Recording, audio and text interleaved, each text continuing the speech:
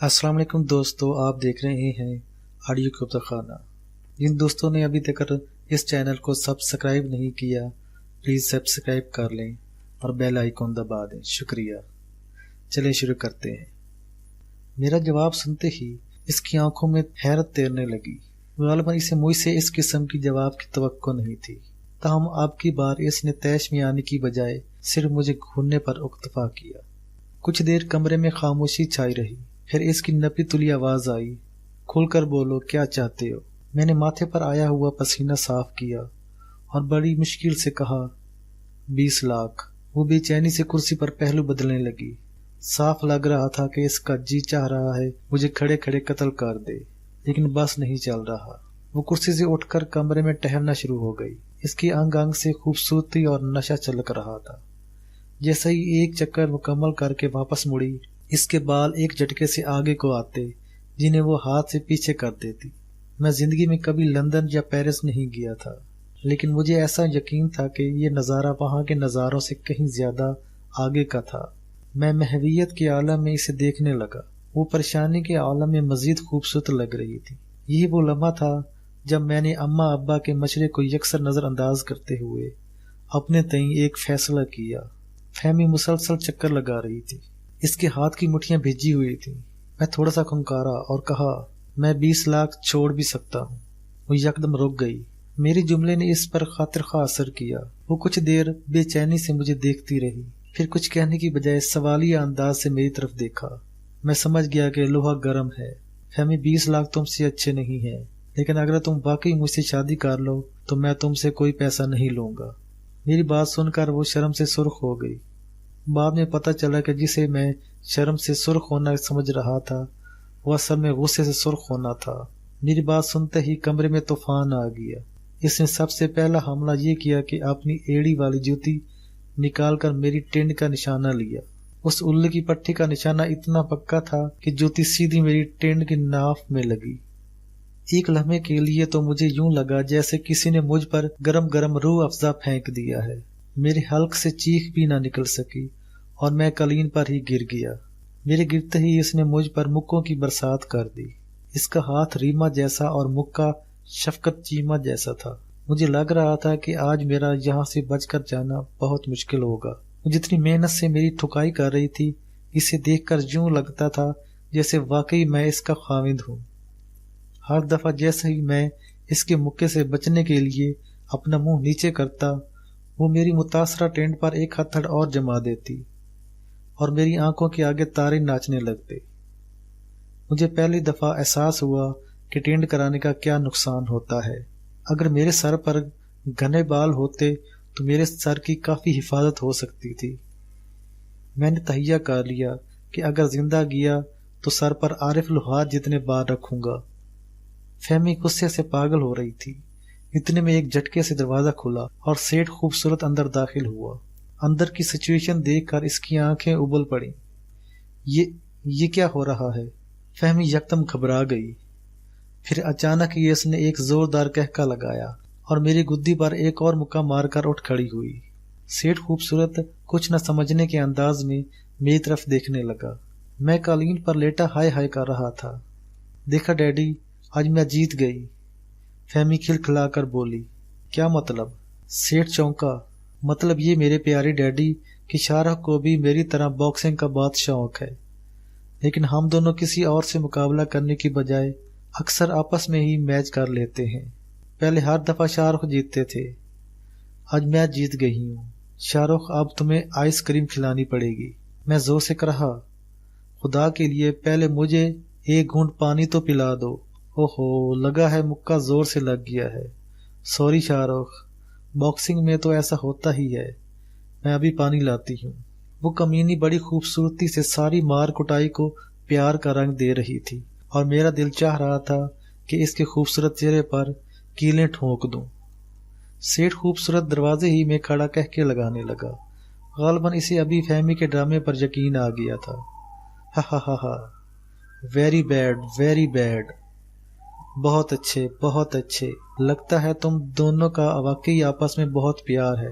इसी बात पर एक शेर अर्ज किया है, लड़ाई में नुकसान है, सफाई निफ्स ईमान है। زخمی ہونے کے باوجود میں نے دل کی گہرائی سے سیٹ کے لیے دوزخ الکبی کی دعا کی اور تکلیف سے کراہتے ہوئے اٹھ بیٹھا۔ فہمی اتنی دیر میں میرے لیے پانی لے آئی تھی۔ اس نے مجھے سہارا دے کر بیٹھایا اور پھر پانی کا گلاس میرے لبوں سے لگا دیا۔ میں ایک طرح سے اس کے پہلو میں تھا اور دعا کر رہا تھا کہ مجھ پہ گزرے نہ قیامت شب تنہائی کی۔ اس کے گورے چٹے ہاتھ گلاس اور مجھے سنبھالے ہوئے تھے۔ میں نے اپنے زخم بھرتے ہوئے محسوس کیے۔ کتنا نرم تھا اس کا ہاتھ۔ مجھے یوں لگا جیسے میں گندے ہوئے آٹے سے ٹیک لگائے بیٹھا ہوں۔ خبیث کی اولاد، جلدی پانی پی، اس نے گھرا کر میری کان میں سرگوشی کی اور میں کانپ گیا۔ جلدی جلدی 2-3 گھونٹ بھرے اور گلاس سے ہونٹ ہٹا لیے۔ فہمی نے مجھے سنبھالا اور بیڈ کی طرف لانے لگی۔ اچھا بھائی، میں تو سونے جا رہا ہوں۔ گڈ مارننگ، شب بخیر۔ سیٹھ نے ایک جمائی لی اور واپس مڑ گیا۔ اس کے جاتے ہی فہمی نے ایک جھٹکے سے اپنا ہاتھ واپس کھینچ لیا۔ وہ تو اللہ کا شکر ہے کہ میں بیڈ کے قریب پہنچ چکا تھا، ورنہ میں نے کمر کے بل قالین پر گرنا تھا۔ اس کے ہاتھ ہٹاتے ہی میں نے لاشعوری طور پر ہوا میں ہاتھ مارا اور بیڈ پر جا گرا۔ فہمی نے تیزی سے دروازہ لاک کیا اور واپس پلٹی۔ میں تمہیں کھا جاؤں گی، میں حرام ہوں، میں حلال کر لوں گی۔ حلال بعد میں کرنا، پہلے حلالہ تو کر لو۔ تم حرام زادے، بلیک میلر، میں تمہیں زندہ نہیں چھوڑوں گی۔ میں ابھی پولیس کو فون کرتی ہوں۔ وہ تیزی سے فون کی طرف لپکی۔ میں سمجھا شاید مجھے ڈرانا چاہتی ہے، لیکن اس بدبخت نے تیزی سے نمبر ملایا اور پھنکاری، ہیلو انسپکٹر صاحب، میں فہمی بات کر رہی ہوں۔ فوری طور پر میرے گھر پر پولیس لے آئے۔ اس لڑکے نے مجھ پر مجرمانہ حملے کی کوشش کی تھی، لیکن میں نے اسے قابو کر لیا ہے۔ ہاں فوری پہنچیں۔ اوکے۔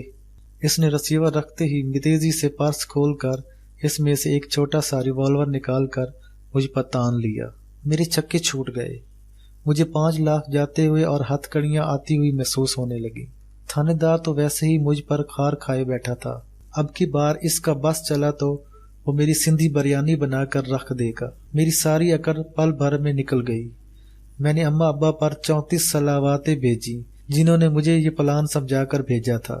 آنے والے وقت کے بارے میں سوچ سوچ کر میری روح ہلکان ہوتی جا رہی تھی۔ تھانے کی مار اگر ایک دفعہ بھی مجھے پڑ گئی تو میں نے بھیک مانگنے کے قابل بھی نہیں رہنا۔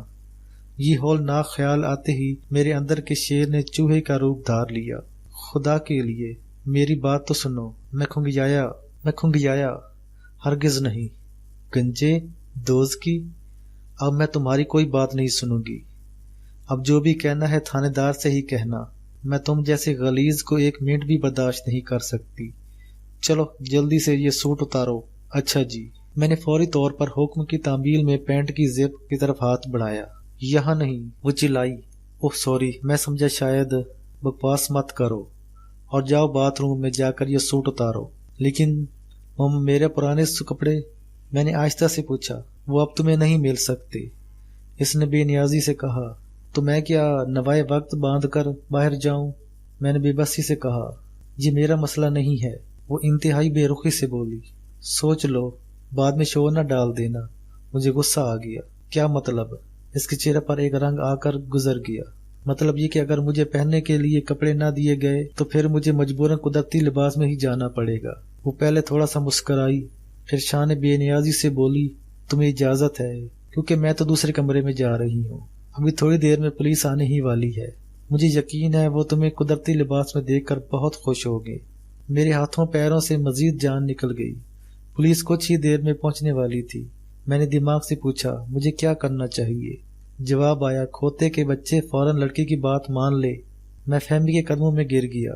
خدا کے لیے مجھے معاف کر دو، مجھے پولیس کے حوالے مت کرنا۔ میں تمہاری ہر بات ماننے کے لیے تیار ہوں، نکاح بھی کروں گا اور طلاق بھی دوں گا۔ مجھے 5 لاکھ ہی منظور ہیں۔ فہمی چلاکی سے مسکرائی۔ نہیں، اب 5 لاکھ نہیں، صرف 500 ملیں گے۔ پاپا 500؟ اتنے میں تو پیٹ بھر کے گول گپے بھی نہیں ملتے۔ میری شکل رونے والی ہو گئی۔ یہ تمہارے لالچ کی سزا ہے۔ اگر تم پہلے مان جاتے تو تمہیں واقعی 5 لاکھ مل جانے تھے۔ پتہ نہیں کس احمق نے تمہیں 20 لاکھ کا پلان سمجھا کر بھیجا اور تم نے سمجھا کہ میں اس جال میں پھنس جاؤں گی۔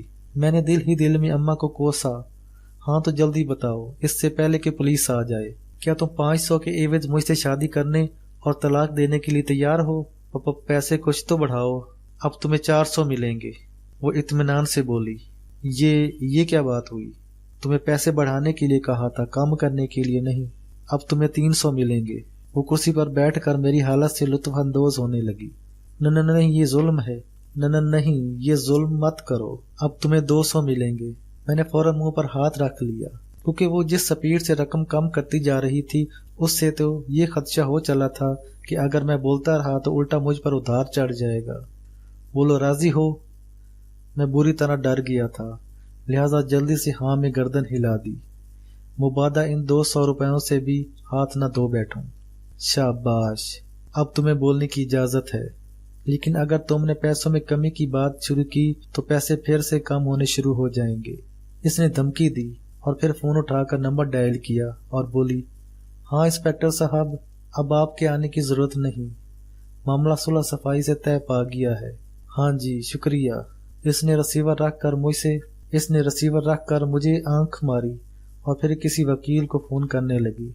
मैं शिकस्त खुर्दा खिलाड़ी की तरह सोफे पर सर झुकाकर बैठ गया। मुझे यकीन हो गया कि मैं दोबारा इस घर में कभी नहीं आ सकूंगा और ना ही ऐसे सोफे और ऐसे बाथरूम किस्मत मुझे दोबारा दिखाएगी। फहमी निकाह के सिलसिले में ज्यादा ही तेजी दिखा रही थी। रात के 11 बज रहे थे, लेकिन शायद वो सारा काम आज ही खत्म कर लेना चाहती थी। इसी दौरान इसने फोन पर असली शाहरुख से भी राब्ता किया और इसे खुशखबरी सुनाई और हौसला दिया कि बस अनकरीब वो फिर से एक होने वाले हैं। दूसरी तरफ से शाहरुख ने गालबन हलाला की सही तशरीह के बारे में अपने खदशात का इजहार किया, लेकिन फहमी ने इसे पूरी तरह तसल्ली दी कि यह हलाला बिल्कुल ऐसे ही होगा कि सांप भी मर जाएगा और लाठी भी नहीं टूटेगी। मुझे सारी समझ आ रही थी कि इस मिसाल में सांप से मुराद मुझे लिया जा रहा है। मेरा दिमाग सोचने समझने की सलाहियत से महरूम होता जा रहा था। पुलिस का खतरा तो टल गया था, लेकिन मैं सोच सोच कर पागल हो रहा था कि घर जाकर जब मैं अम्मा को बताऊंगा कि 5 लाख की बजाय सिर्फ 200 रुपए मिले हैं और इसमें से भी मैं 7 रुपए वैगन का किराया देकर आया हूँ, तो इनकी क्या हालत होगी। अब्बा तो हो सकता है 6-7 घंटों के लिए वफात पा जाए, और अम्मा के बारे में तो मुझे यकीन था कि वो ये रूह फर्जा खबर सुनते ही मेरे सर में फराई पैन दे मारेंगी। मैं घुटनों में सर देकर रोने लगा। मर्द होकर भी तुम्हारे आंखों से आंसू निकल रहे हैं। फहमी ने पैकेट से च्युइंगम निकाल कर अपने मुंह में डाली और मुझे पिचकारा। मेरा खून खोल उठा। क्यों? क्या मर्द की आंखों में एल्फी पड़ी होती है? इसने एक जोरदार कहका लगाया और इसके दांतों की चमक से मेरी आंखें खैरा होने लगी। वो खासी खुश नजर आ रही थी। जाहिर बात है, खुश होना इसका हक था। इसका काम भी हो रहा था और 5 लाख भी बच गए थे।